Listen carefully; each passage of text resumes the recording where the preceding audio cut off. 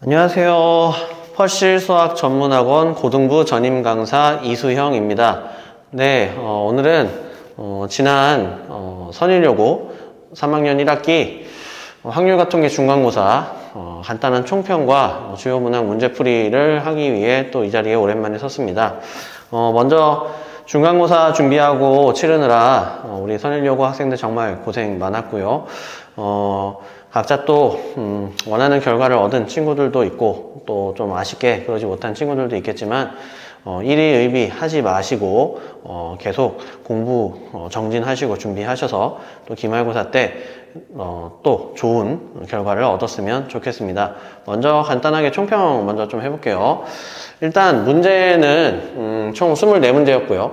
객관식 20문제, 단답형 3문제, 그 다음에 마지막 서술형 1문제 이렇게 총 24문항인데 50분 내에 문항수가 난이도에 따라서 많을 수도 있지만 여기 밑에 보시면 난이도 좀 평이한 편이었거든요. 그래서 문항수는 난이도랑 같이 판단했을 때 적당했다.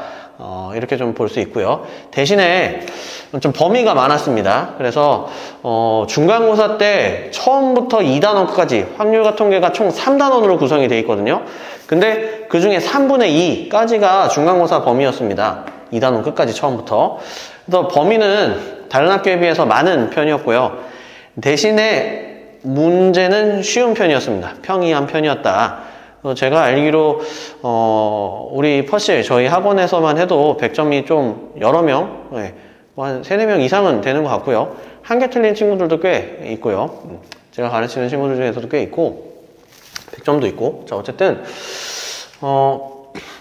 그래서 간단한 이렇게 총평을 하자면 이런 건데 조금 좀 보자면 난이도가 좀 평이한 편이라고 했는데 그 이유는 대부분의 문항이 교과서나 대표 유형 위주의 문제가 많았고 모의고사 형태의 문항도 한 2, 3개 정도 있었는데 이 범위에는 여기에다 적진 않았지만 작년, 재작년 6월 평가원 모의고사도 범위엔 포함되어 있었습니다. 2개년치 그 6월 평가원 모의고사. 근데 문항의 반영이 이렇게 적극적으로 연계가 되지 않은 것으로 보입니다. 그래서 대부분의 문제는 교과서 대표 문항 위주 또는 대표 문항, 대표 유형 위주의 문항들이었고 모의고사 형태의 문제도 있었지만 과하지 않은 난이도로 나왔습니다. 심지어 그 중에 하나는 좀 학생들이 또 많이 틀린 문제 중에 하나인데 저희가 제 수업 때 그냥 교재로 쓰는 그 문제집 교재에 그대로 있는 문제, 숫자도 안 바뀐 형태로 나와가지고 이따가 그 문제 풀긴 할 건데 그래서 좀 이렇게 심각한 문제가 없는 좀 그런 난이도였습니다. 그러니까 기말은 무조건 더 어렵게 나올 겁니다. 그래서 그거에 대한 얘기는 이따 영상 마무리에 좀 기말을 그러면 어떻게 또 대비하면 좋을 것인가 이런 얘기를 좀 더 하도록 하고요. 그러면 주요 문항. 그 전에 등급 컷. 등급 컷은 당연히 높게 형성될 것으로 보입니다. 그래서 거의 다 맞아야 1등급이 나올 듯 하고요. 100점을 받아야 1등급이 나올 듯 하고 심지어 다 맞아도 100점 인원수가 좀 많으면은 1등급이 없을 수도 있습니다. 물론 중간고사에 한해서. 그래서 다 맞아야 거의 1등급에 가까울 것 같고요. 그래서 컷은 좀 높게 형성이 될 것 같다. 평소보다는 높게 형성이 될 거다. 자, 그러면 주요 문항 좀 풀이해 보도록 할게요.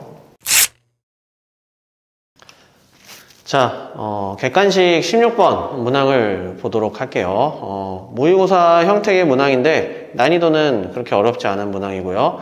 아까 처음에도 말씀드렸듯이 이 문항이 우리 수업 교재에 76번이었던 걸로 기억합니다. 그래서 맞땡 시너지 76번 문제 완전히 동일합니다. 숫자도 동일하고요. 그래서 제가 수업 때도 이 문항을 2가지 방식으로 풀어드렸던 걸로 기억하는데 마찬가지로 2가지 방식으로 한번 풀어보도록 하겠습니다. 자, 일단 집합 x를 1, 2, 3, 4, 5 이렇게 줬고요. x에서 x로의 f라는 함수의 개수를 물어봅니다. 자, 2가지의 조건을 줬는데 치역의 원소의 개수는 3이다. 그러면 우리가 이런 함수의 개수 관련된 문제는 조금 좀 보기 편하게 도식화해서 그림으로 조금 나타내서 좀 쳐다볼게요. 그래서 x에서 x로의 함수, f라는 이름의 함수인데 치역의 원소의 개수가 3개라는 거는 이 공역의 원소 5개 중에 단 3개만 대응에 참여한다는 얘기입니다. 화살표를 3개만 받는다는 얘기고, 그 다음에 모든 원소, 치역의 모든 원소의 곱은 홀수이다. 그러면 여기서 자동으로 치역 원소 3개가 나오기 시작하죠. 모든 원소의 곱. 그래봤자 자연수니까 자연수끼리 곱했을 때 홀수가 나오려면 전부 홀수여야 됩니다. 그래서 치역이 자동으로 나옵니다. 치역이 어떻게 된다? 1, 3, 5. 그래서 요 셋만 대응에 참여합니다. 그럼 자동으로 얘네는 대응에 참여 안 합니다. 자, 그럼 이 상태에서 요걸 만족하는 함수의 개수를 구할 건데, 첫 번째 방식은 중복 순열을 이용한 전체에서 반대되는 경우를 제거하는 방식. 자, 그래서 첫 번째는 중복 순열과, 그 다음에 이제 저는 보통 전 빼기 반 이렇게 쓰는데, 전체에서 반대되는 케이스를 제거하는 그런 방식을 이용해서 하겠다라는 거고요. 일단은 전체를 먼저 구할 건데 일단 함수의 개수입니다. 그래서 얘네 셋으로 갈 수 있는 겁니다. 정의역의 각각의 원소가 선택지가 3군데가 있는 거고 5개가 있으니까 전체는 뭐의 몇 승? 3의 5승이다. 3파이 5인데 그냥 바로 이렇게 쓸게요. 중복순열. 자, 근데 이게 다 되진 않을 거죠. 그래서 이 중에서 조건에 위배되는 것을 제거할 겁니다. 반대되는 거를 이제 제거할 건데, 이 반대되는 거는 얘네 셋 전부 다 화살표를 받지 않는 상황. 그러니까 치역의 원소의 개수가, 편의상 이렇게 쓸게요. 치역의 원소의 개수가 1개 거나 치역의 원소의 개수가 2개인 상황. 치역의 원소가 없을 수는 없고요. 함수니까. 그래서 자, 치역의 원소가 1개, 즉 이런 함수를 상수함수라고 하죠. 이 셋 중에 한 군데로만 가는 겁니다. 예를 들면 이런 거죠. 그럼 이런 상수함수가 몇 개 나옵니까? 얘한테로만 다 갈 수도 있고, 얘한테로만 다 갈 수도 있고, 얘한테로만 다 갈 수도 있죠. 몇 가지? 3가지가 나옵니다. 그럼 일단 뺄 건데, 요 첫 번째 반대되는 상황인 치역의 원소가 1개인 거 몇 가지? 3가지다. 이렇게 나오고요. 그 다음 두 번째는 치역의 원소가 2개인 겁니다. 그러면 자, 다시 이제 지우고 이 셋 중에 1, 3, 5 셋 중에 2개만 화살표를 받는 상황. 그러면 셋 중에 화살표 받은 2개를 정해야겠죠. 3C2라고 해도 되고 그냥 보이는 대로 세면 1가지, 2가지, 3가지 이렇게 되죠. 그래서 일단 3C1 곱하기로 들어갈게요. 그 다음에 이제 이 3가지 중에 하나인 그냥 얘네 둘만 화살표를 받는 상황, 얘네 둘만 화살표를 받는 상황에 대해서 생각을 해볼게요. 그러면 이제 정의역의 원소 각각의 선택지는 2개로 제한됩니다. 이제 얘네 둘한테로만 갈 수 있는 겁니다. 그럼 일단 뭐의 몇 승? 2의 5승이다. 그러면 일단 2의 5승인데 또 이게 다 되지 않죠. 왜냐면 이 5개가 또 얘한테로만 다 갈 수 있는 거니까. 근데 우린 지금 치역의 원소가 2개인 거를 세고 있는 거니까 다 얘한테만 가거나 반대로 또 다 얘한테만 가는 2가지는 제외해줘야 돼요. 그래서 2의 5승이 다 되는 게 아니라 여기서 또 2개를 제거하는 거죠. 그럼 여기서도 지금 무슨 방식이 들어갔습니까? 또 전체 빼기 반대 방식이 들어간 겁니다.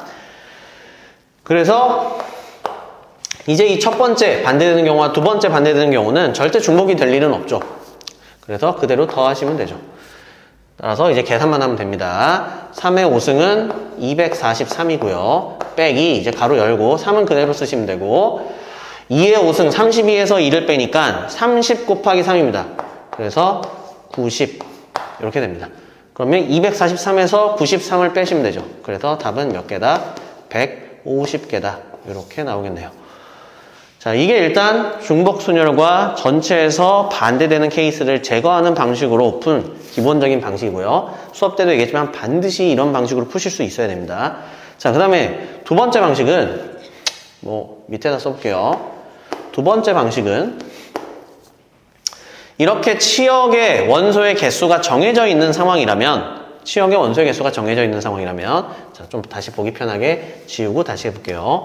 1, 2, 3, 4, 5 중에 사실 2랑 4는 그냥 지울게요. 뭐 얘네는 이제 없는 애처럼 취급하면 되니까.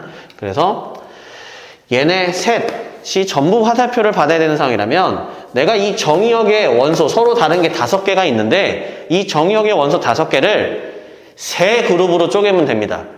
세 그룹으로 쪼개서 세 조로 쪼개서 그 세 조를 여기 있는 1, 3, 5 세 군데에 각각 한 군데씩만 보내면 됩니다. 1대1 대응으로 보내면 된다는 얘기입니다. 따라서 일단 이 서로 다른 5개를 3개의 조를 짜서 그럼 이때 이렇게 할게요. 정의역을 분할해서 분할이라는 개념 여러분 수어 하에서부터 들어봤죠? 그 다음에 이거를 1대1 대응시키는 방식 그래서 이 방식도 좀 기억을 해주라고 했습니다. 치역의 개수가 정해져 있는 상황에서. 그러면 다시 내가 5개를 3개의 조로 쪼갤 거니까 그 케이스는 조의 인원에 따라서 자, 한 조가 3명이고 나머지 조가 1명씩 이런 케이스가 가능하고요. 두 번째는 2개, 2개, 1개 이런 식인 상황도 가능합니다. 예를 들면 지금 얘는 내가 이렇게 3개를 한 조로 묶고 나머지 1개씩 이런 상황. 그 다음에 이제 이 세 덩어리를 각각 여기다 1대1 대응시키면 되는 겁니다. 그러면 얘를 여기로 보내면 실제로는 이거 3개가 전부 다 일로 가는 거죠. 그 다음에 얘는 일로 보내고 뭐 얘는 일로 보내고 이런 거 얘기하는 겁니다. 그 다음에 두 번째 케이스는 3개, 1개, 1개가 아니라 2개, 2개, 1개 이런 식으로 조를 쪼개는 거. 그럼 이렇게 두 가지 케이스 말고는 뭐 조의 인원에 따라는 이 두 가지 케이스가 끝인 거죠. 그러면 이제 조를 짤 건데 조를 짜는 경우의 수를 구할 건데 요 케이스는 5명을 3명, 3명 뭐 명은 아니지만 뭐 마치 사람처럼 생각하면 5개를 3개, 1개, 1개 이렇게 쪼개는 거는 일단 5C3 그 다음에 나머지 2개가 남았는데 다시 한 명 한 명 쪼개는 거니까 2C1 그 다음 나머지 한 명은 자동으로 나머지 한 조가 되는 거고요. 근데 지금 인원이 같은, 개수가 같은 조가 몇 개 있으니까 2개 있으니까 끝내면 안 되고 뭘로 나눠줘야 된다? 2팩으로 나눠줘야 되는 거죠. 요거는 이제 분할해서 했던 개념이니까. 자, 그러면 요렇게가 날라가고요. 그래서 10가지 케이스가 나옵니다. 이런 식으로 조를 짜는 게. 그 다음, 요때는, 자, 5개를 2개, 2개, 1개로 쪼개니까 마찬가지로 2개부터 먼저 끄집어낼게요. 5C. 그럼 이제 나머지 3개가 남았는데 다시 2개, 1개죠. 그럼 다시 3C. 그럼 나머지 하나는 자동으로 혼자서 조 되는 거고요. 근데 여기서도 인원이 같은 조가 2개가 있죠. 그럼 또 2팩으로 나누셔야 되죠. 그래서 요런 개수대로 조를 3조로 나누는 경우의 수가 자 10 곱하기 3, 30의 절반이니까 15가지가 나옵니다. 그러면 이렇게 어쨌든 세 덩어리로 쪼갠 상태에서는 이제 각각 1, 3, 5 세 군데로 한 군데씩 보내면 되죠. 1대1 대응이죠. 그럼 여기도 몇 곱하고 3팩 곱하고 여기도 3팩 곱하면 되죠. 그 다음에 절대로 중복은 안 되니까 그냥 더 할 건데 그럼 그냥 이거 곱하기 3팩이고 이거 곱하기 3팩 더 할 거죠. 그럼 그냥 바로 합칠게요. 그래서 얘랑 얘 더한 25에다 3팩 곱하시면 되죠. 그래서 25 곱하기 3팩은 6입니다. 25 곱하기 6이니까 몇이다? 150이다. 그래서 이런 방식으로도 답을 내실 수가 있죠. 그래서 당연히 기본적으로는 이 방식대로 푸실 수 있어야 되고요. 중복순열을 이용한. 근데 이렇게 치역의 원소의 개수가 정해지는 상태에서는 정의역을 분할해서 1대1 대응 보내는 방식으로도 해결할 수 있다. 그래서 이 방식도 같이 알아두라고 수업 때 말씀드렸을 겁니다. 그래서 우리 수업 교재 그대로 있는 문제이기 때문에 숫자도 안 바꾸고 그래서 좀 틀렸으면은 혹시 오답 정리를 내가 좀 소홀하지 않았나 그래서 오답 정리도 좀 꼼꼼하게 해야겠다 이렇게 좀 다짐하시기 바랍니다. 다음 문제 보도록 할게요.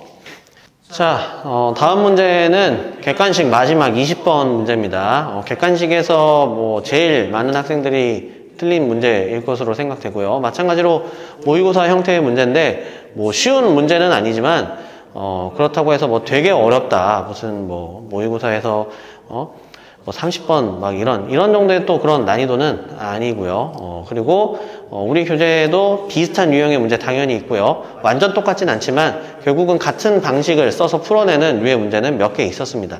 그래서 이 문제도 일단 기본적인 좀 방식으로도 풀어보고 수업 때 조금 이런 방식으로도 활용할 수 있으면 좋다라고 소개시켜드린 방법이 있는데 그 방식으로도 또 풀어보도록 하겠습니다. 자, 일단 14 이하의 네 자연수의 순서상의 개수를 물어봅니다. 일단 14 이하의 자연수입니다. 그럼 기본적으로 14 이하라고 했으니까 상한선이 붙어요. 그러면 어쨌든 이런 식을 쳐다봤을 때 중복조합 H가 머릿속에 바로 떠올라야 되는데 상한선이 붙기 때문에 일단 기분은 별로 안 좋게 시작해요. 상한선 붙으면 좀 굉장히 귀찮잖아, 중복조합에서. 그 다음에 이제 뭐 자연수 조건도 붙었고요. 그 다음에 이제 x1이랑 x3은 홀수다. 그럼 얘네 둘은 홀수고요. 그 다음에 x2와 x4는 짝수다. 그럼 얘네 둘은 짝수입니다. 그럼 우리가 이런 중복조합 문제에서 홀수 짝수 이런 형태로 나왔을 때 식을 변형해서 풀죠. 식을 변형하는 이유는 음이 아닌 정수의 형태로 만들어주기 위해서 변수들을. 자, 그러면 일단 변형을 할 건데, 자, 뭐 여기까지만 쳐다보면 기본적인 형태죠. 그래서 홀수들은 전부 2 곱한 다음에 플러스 1 붙여줘야 되는 거고, 짝수는 2 곱한 다음에 플러스 20 붙여주면 되죠. 그래서 바로 써볼게요. x1 대신에 2x1 프라임 플러스 1, x1 대신에 마찬가지로 x2 대신에는 짝수니까 2x2 프라임 플러스 2, 그 다음에 다시 x3은 홀수니까 2x3 프라임 플러스 1, 마지막 x4 짝수니까 2x4 프라임 플러스 2. 이런 식으로 x1부터 x4를 이런 식으로 바꾼 다음에 합이 몇이다? 34다. 자, 이렇게 바꿔주는 이유는 실제로는 얘 값이 x1인데 내가 이제 이 x1 프라임이라는 새로 세팅된 얘가 홀수니까 몇부터 시작할 수 있다? 0부터 시작할 수 있는 거죠. x1 프라임이 0일 때 이거 전체는 1이 되는 거고, 얘 값이 1이면 얘는 3이 되는 거고, 그죠? 이런 식으로 홀수가 되니까 얘네들도 이제 마찬가지 논리인 거죠. 그래서 이제 이 식을 정리하면 플러스 1, 플러스 2, 플러스 1, 플러스 2를 넘길게요. 그럼 6을 넘긴 거고요. 그럼 얘가 28로 되고요. 양변을 2로 나누시면 x1 프라임 플러스 x2 프라임 플러스 x3 프라임 플러스 x4 프라임, 얘가 몇이다? 얘에서 6뺀 28을 2로 나눈 14다. 이렇게 됩니다. 그 다음에 이제 이 새로 만들어진 변수는 다 0부터 시작할 수 있는 거죠. 그러려고 이런 변환을 하는 건데, 근데 0부터 시작을 하는데 다 되진 않을 겁니다. 이걸 그냥 4H 14 때리면 얘가 14인 경우도 되는 건데, 실제로는 x1, x2, x3, x4는 14 이하라고 했으니까 얘네가 14 이하입니다. 그러면 얘도 14 이하고 얘도 14 이하고 얘도 14 이하고 얘도 14 이하란 얘기입니다. 그러면 내가 여기다 집어넣을 수 있는 가장 큰 값은 그냥 6 집어넣어 볼게요. 6 집어넣으면 2 곱하기 6 더하기니까 13. 여기까지는 괜찮아. 근데 여기다 내가 7을 집어넣으면 2, 7에 14에 되니까 15가 돼서 넘어가요. 그러니까 x1'의 가장 큰 값은 6이 가능한 거고요. 그럼 마찬가지로 얘도 14 이하니까 내가 여기다가 6을 집어넣으면, 여기다가 6을 집어넣었을 때 2, 6에 12에다가 2 더하니까 14. 여기까지는 오케이. 딱 괜찮아. 근데 이제 여기다 7 집어넣는 순간 이거 전체 값이 14가 넘어가죠. 그러니까 안 되지. 그럼 마찬가지로 얘도 6 가지고 얘도 6 가지입니다. 그래서 이 각각의 네 변수는 0부터 시작해서 가장 커봤자 몇 가지? 6가지가 가능합니다. 상한선이 붙었네요. 자, 그럼 이제 여기서 두 가지 방식으로 이제 해볼 건데, 첫 번째는 그냥 그대로 우리 이렇게 상한선이 붙었을 때는 기본적으로 전체에서 반대를 제거하는 방식. 아까 문제에서도 그런 식으로 풀었었죠. 그래서 전체에서 반대 케이스를 제거하는 방식으로 갈 겁니다. 자, 그러면 전체는 일단 몇 H 몇을 때리면 되고요. 4H 14를 일단 때리면 되고.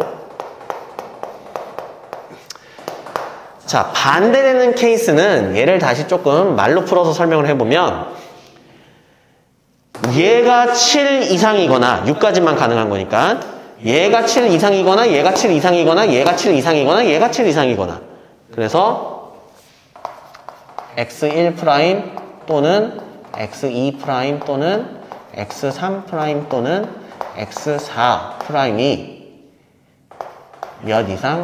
7 이상인 경우를 얘기합니다. 반대되는 상황은.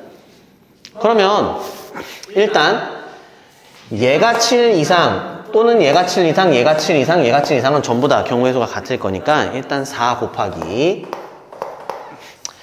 그 다음에 이제 얘가 7 이상인 경우는 여기에 7 부여하고 시작하면 됩니다. 여기다 그냥 7 주고 시작하면 되는 거야. 원래는 얘도 x1 더블 프라임 플러스 7 이런 식으로 이제 바꿔서 해야 되는데 뭐 요거는 뭐 여러분들 이미 다 아는 내용일 테니까 그냥 그대로 할게요. 그러면 얘에다가 7 주고 시작하면 7 넘기면 이제 몇 H 몇으로 바뀝니까? 다시 4H 7로 바뀌죠. 이거 7개 주고 시작하는 거야. 그 다음에 여기 더 줄 수도 있으니까. 그래서 4 곱하기 4H7 일단 했습니다. 근데 이게 중복될 수도 있잖아요. 그러면 한 놈이 7 이상이면서 다른 놈이 7 이상일 수는 있죠. 근데 그러려면 얘도 7이고 얘도 7이고 이런 상황밖에 안 되는 거야. 왜? 합이 14기 때문에. 그러면 이 4개 중에 2개만 7이고 나머지 2개는 빵인 상황. 예를 들면 7, 7, 빵, 빵 이런 상황은 여기 지금 중복되니까 다시 제거해줘야 되는 거죠. 그래서 가로 열고 이게 또 다 되진 않으니까 빼기 이런 케이스. 그러면 4개 중에 2개만 7을 부여하면 되니까 4C 6가지 케이스가 나오겠죠. 그래서 중복을 다시 제거한 겁니다. 자, 그러면 요걸 이제 계산을 해봅시다. 자, 4H14는 17C14입니다. 그냥 17C3이라고 쓸게요. 빼기 가로 열고 4 곱하기 4H7은 10C7, 10C3입니다. 자, 빼기 4C는 그냥 6이니까 6이라고 쓸게요. 자, 그럼 이제 요거 계산하시면 되죠. 그래서 17C3, 뭐 요거 계산합시다. 17, 16, 15, 3, 2, 1 빼기 4 곱하기 10C3이네요. 10, 9, 8, 3, 2, 1 그 다음에 얘는 그냥 바로 플러스로 바꿀게요. 바로 요 가로 그냥 전개해서 자 그러면 이제 계산합시다. 짠, 짠, 5, 8 그래서 분모는 다 날라갔고요. 5, 8에 40에 17을 곱한 거니까 17 곱하기 40은 680 그래서 680 빼기 자 요놈도 날릴게요. 자 그래서 2, 4, 8 요거 날리고요. 요거 날리면 예, 분모는 또 다 날라갔고 3, 4, 12에 10배니까 120인데 또 4가 곱해져 있네요. 그럼 마이너스 480 에다가 그냥 6은 더하시면 되죠. 그럼 요게 200인데 6 더하니까 206이다. 그래서 뭐 답은 206 뭐 이런 식으로 나올 겁니다. 자, 이게 이제 기본적인 방식으로 푼 거고요. 상한선이 붙은 중복조합에서 전체에서 반대 제거하는 방식. 자, 그다음에 두 번째는 자, 이렇게 상한선이 붙은 상태에서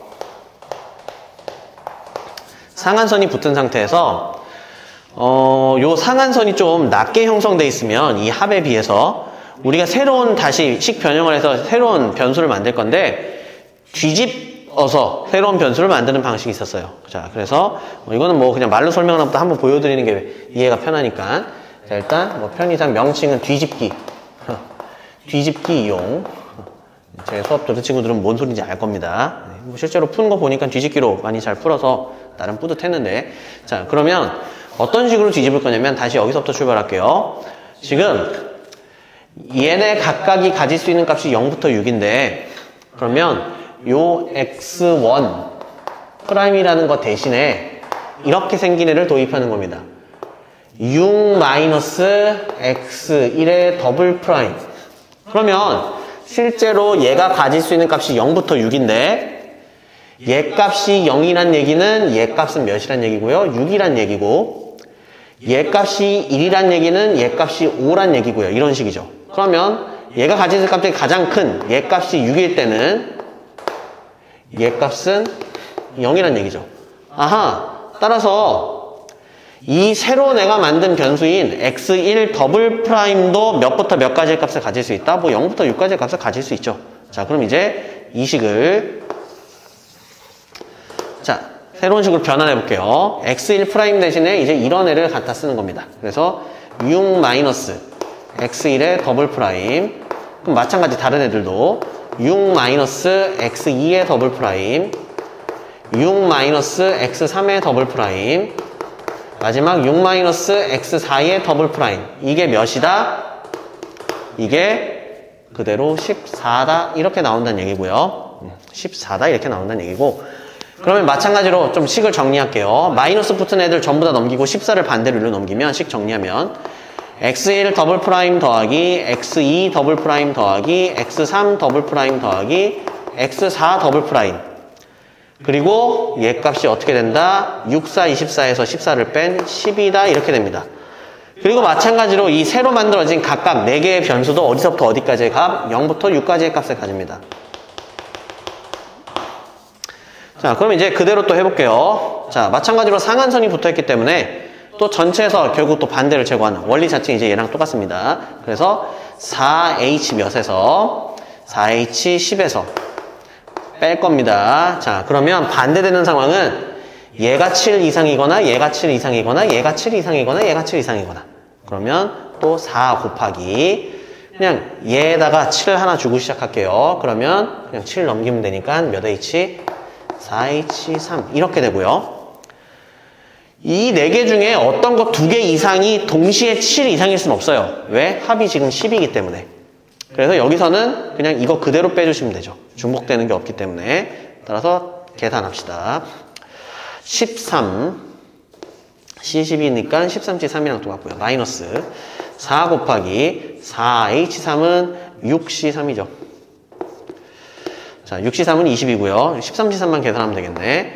13C3은 옆에다 살짝 계산할게요. 13, 12, 11, 3, 2, 1. 그럼 6 한 번에 날릴게요. 여기 2가 되니까 26 곱하기 11입니다. 26 곱하기 11이니까 286 마이너스 20 곱하기 4니까 80 빼시면 되죠.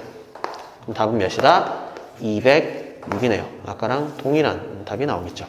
그래서 뭐 이 문제 같은 경우는 뭐 굳이 이렇게 안 풀어도 뭐 크게 뭐 복잡하지 않기 때문에 이런 식으로 해도 괜찮고요. 근데 이제 좀 더 복잡하거나 좀 귀찮은 상황, 이 방식대로 했을 때 더 복잡한 상황이 발생했을 때는 이런 방식으로 풀면 편할 때도 꽤 있으니까 알아두시라고 했고, 수업 때도 몇 번 보여드렸을 겁니다.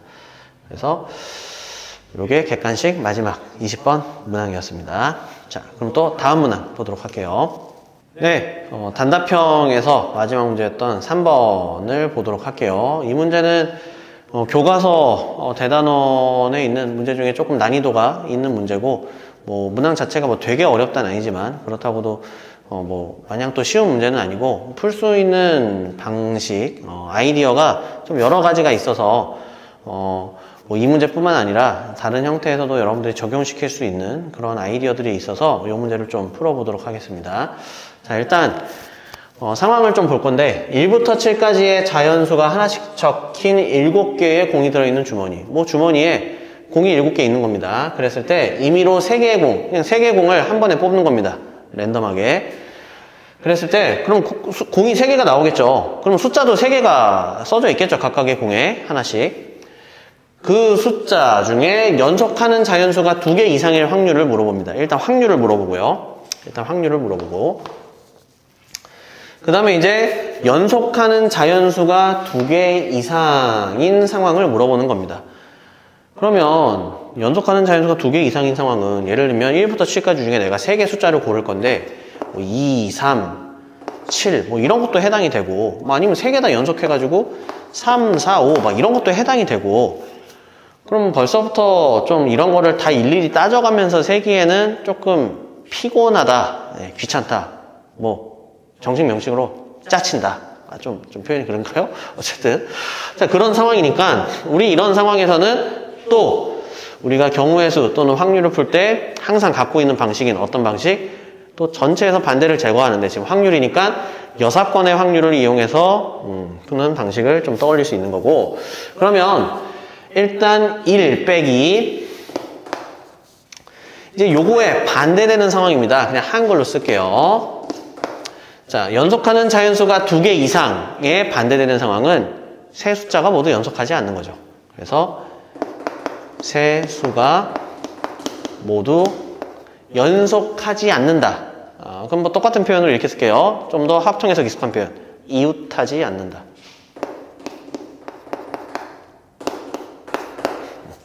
세 수가 모두 이웃하지 않는 그 사건의 확률을 구한 다음에 1에서 빼시면 되겠죠.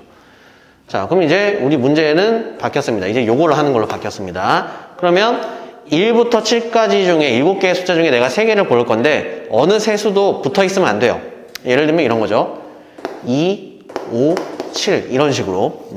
그럼 이제 이거를 푸는 방식을 뭐 3가지 방식을 한번 보여드릴 텐데, 일단 첫 번째, 우린 지금 요거를 지금 구할 겁니다. 일단 세 수가 모두 이웃하면 안 되는데 가운데 숫자를 좀 기준으로 생각해 보는 겁니다. 세 수 중에 이 가운데 수라는 거는 대소 관계를 비교했을 때 중간 놈, 그래서 가운데 수를 기준으로 좀 해볼 건데, 그러면 지금 숫자가 1, 2, 3, 4, 5, 6, 7 이렇게 있는데 가운데 숫자가 1일 수는 당연히 없고요. 왜냐하면 가운데 숫자라는 얘기는 얘보다 작은 숫자가 무조건 있고 큰 숫자가 무조건 있다는 얘기니까. 자, 그럼 가운데 숫자가 2일 수 있는지를 생각해 볼 건데, 가운데 숫자가 2란 얘기는 왼쪽의 숫자는 무조건 1이어야 되죠. 그럼 벌써 붙잖아요. 이웃하잖아. 그러면 안 되는 거니까 지금. 그러니까 가운데 숫자는 2도 안 돼요. 그럼 가운데 숫자는 몇부터 가능합니까? 3부터 가능하죠. 그래서 첫 번째, 가운데 수가 3일 때, 물론 뭐 이거 A, B, C로 놓은 다음에 가운데 숫자 뭐 B 이렇게 식으로 해도 돼요. 그래서 가운데 수가 3. 그러면 얘가 가운데 숫자입니다. 그러면 얘보다 작은 숫자 반드시 몇이어야 돼요? 2는 이웃하니까 안 되니까 무조건 1이어야 돼요. 그래서 왼쪽의 숫자는 당연히 얘여야 되고요. 그냥 오른쪽의 숫자 중에 4는 또 안 되죠. 붙어 있으니까. 그러면 오른쪽의 숫자는 얘네 셋 중에 하나 골라야 돼요. 그럼 이거의 가지수가 이제 몇 가지? 왼쪽에 얘는 무조건 한 가지밖에 없고요. 오른쪽에 얘는 셋 중에 하나 고르면 되니까 이렇게 돼요. 3가지. 자, 그럼 이제 마찬가지 방식으로 하면 되죠. 가운데 수가 4일 수도 있죠. 이제 가운데 수가 얘입니다. 자, 뭐 슉슉슉. 자, 이거는 초반이니까 한 번만 보여드리고 그 다음부터 이제 쭉쭉 할게요. 이제 가운데 수가 4야. 그러면 왼쪽에 있는 숫자는 3은 안 되니까 이제 몇 개 중에 2개 중에 고르면 되고요. 오른쪽에 있는 숫자도 5는 안 되니까 몇 개 중에 2개 중에 고르면 돼요. 그래서 이때의 경우의 수는 2 곱하기 2죠. 4가지가 나오죠.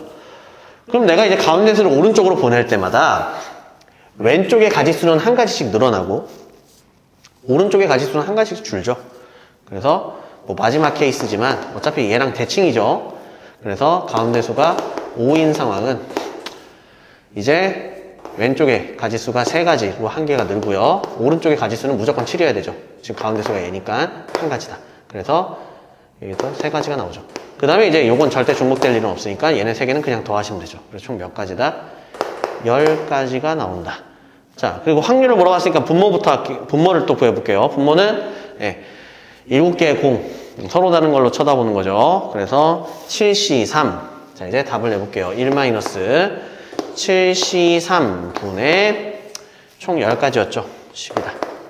7C3은 765를 6으로 나눈 거니까 35죠. 그래서 1-35분의 10이다. 요거 5로 약분되죠. 7분의 2네요. 그래서 1에서 7분의 1을 뺀 거니까 7분의 5. 얘가 답이 될 겁니다. 자, 그 다음에 두 번째 방식. 자, 숫자 3개가 이웃하면 안 되니까 일단 자리를 좀 먼저 만들어 놓고 자리를 좀 만들어 놓을 건데, 이웃하면 안 되는 게 3개가 있으니까 이웃해도 되는 애들이 이렇게 있는 겁니다. 일단 자리를 먼저 만들어 놓을게요. 자, 그 다음에 이제 이웃하면 안 되는 애들을 사이사이와 양 끝에 배치를 해주면 됩니다. 자, 우리 이런 거 여러분 많이 해봤죠? 이웃하면 안 되는 집단이 있을 때 기본적으로 우리가 푸는 방식입니다. 그러면 내가 이제 숫자 3개만 이웃하면 안 되니까 지금 들어갈 수 있는 자리는 몇 개? 5군데인데 그 중에 자리 3개만 고르면 돼요. 그래서 뭐 예를 들면 내가 요 자리를 고르고 요 자리를 고르고 요 자리를 골라요. 그럼 이제 총 자리가 몇 개가 생겼어요?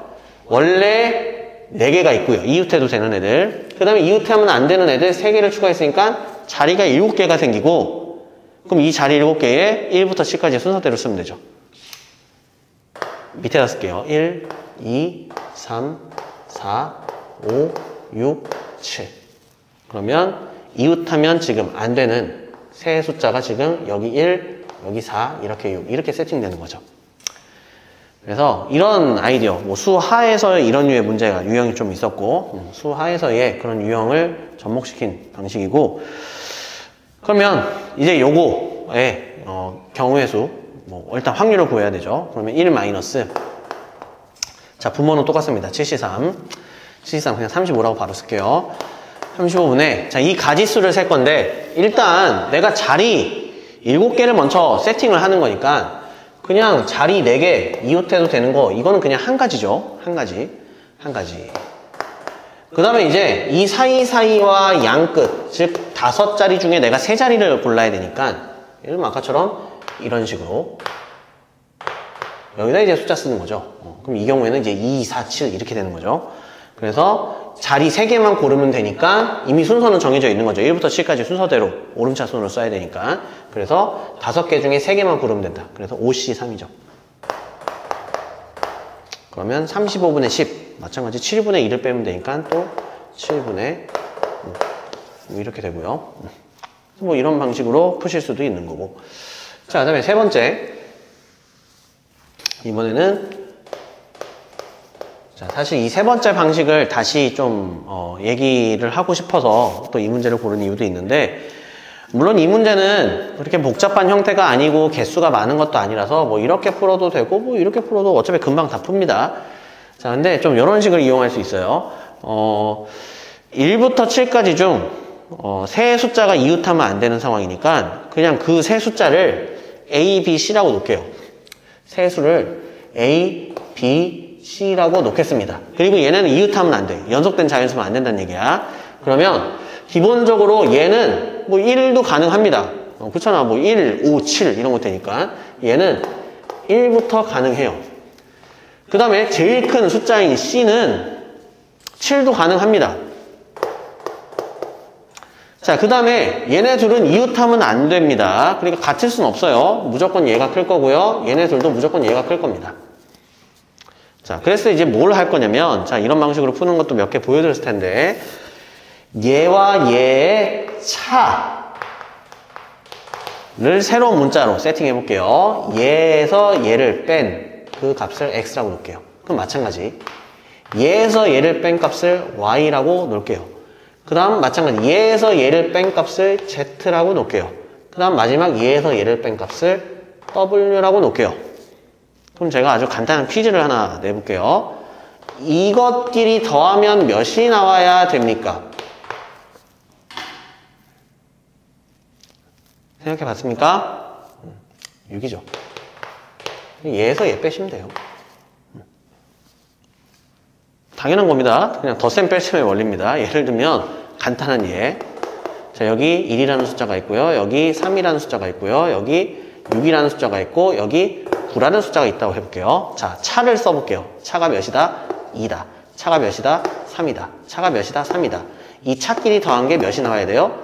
2에서 얘를 뺀 8이 나와야 되죠. 당연한 얘기입니다. 이거에서 이걸 더한 게 얘고, 다시 이거에서 이걸 더한 게 얘고, 이거에서 이걸 더한 게 얘기 때문에. 자, 그래서 이 네 수를 더한 게 6이 나와야 되는데, 지금 x는 등호가 붙어 있으니까 얘네 둘은 똑같을 수도 있어요. 그러니까 x는 몇부터 시작? 0 이상의 정수입니다. 얘네는 이제 자연수기 때문에 0, 바로 2라고 썼네요.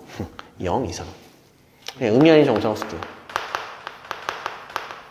0부터 시작. 자, 그럼 얘도 마찬가지죠. 여기 등호 붙었기 때문에 C값이 7일 수도 있어요. 그러니까 이 차는 0이어도 괜찮아요. 자, 근데 얘네는 얘기가 좀 달라져요. 얘네들은 연속된 자연수면 안 되기 때문에 연속된 자연수일 때 차가 딱 몇입니까? 1입니다. 근데 연속된 자연수면 안 된다니까요. 그러니까 얘에서 얘를 뺀 건 최소한 몇부터 시작해야 돼? 최소한 2부터 시작해야 됩니다. 그럼 얘도 마찬가지죠. 얘네 둘은 2 이상의 정수입니다. 그럼 뭐 다시 간단한 중복조합 문제가 됐죠. 자, 몇 H 몇? 이게 전부 다 의미 아닌 정수면 4H6이지만 얘도 2부터 시작하고 얘도 2부터 시작하죠. 그러면 2 넘기고 시작할게요. 2씩 주고 시작하면 4H 여기서 4 뺀 거니까 2다 이렇게 되죠. 그럼 얘는 몇이다? 5C이고요. 10가지 케이스가 나온다는 겁니다. 그럼 이제 확률 답만 내면 되죠. 1 마이너스 분모는 7C3 35분의 요 반대되는 케이스는 총 10가지가 나왔죠. 10가지다. 그래서 7분의 2 또 빼니까 7분의 2다. 그래서 이런 식으로 대소관계가 이런 식으로 되어 있을 때 각각의 차의 합을 이용한 중복조합을 이용한 풀이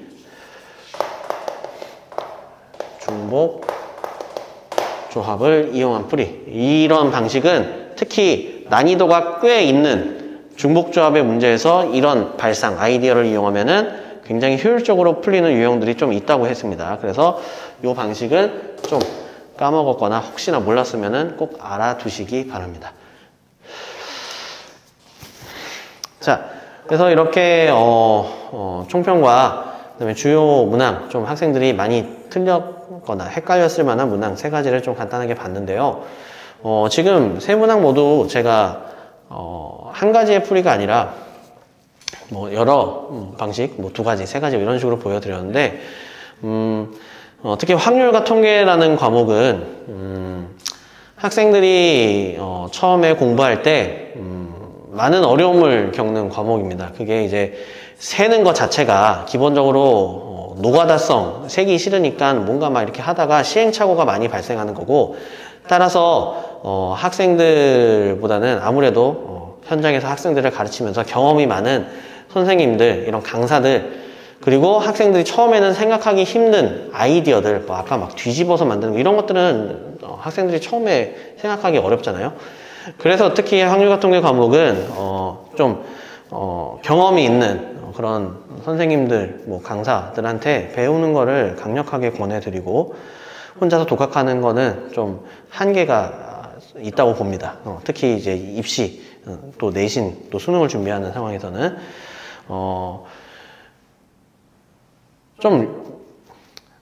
그래서 확률과 통계 과목을 또 특히 이 선일여고 학생들은 기말고사를 또 어떻게 대비하면 좋을까 좀 생각을 해봤는데, 일단 어렵게 나올 겁니다. 지금 고득점자가 몰려있는 상황이기 때문에 난이도는 당연히 더 어렵게 나올 거고, 다행인 것은 범위 자체가 앞부분을 소급해서 조용하지는 않는다고 해요. 그래서 범위 자체는 통계 단원, 기말고사는.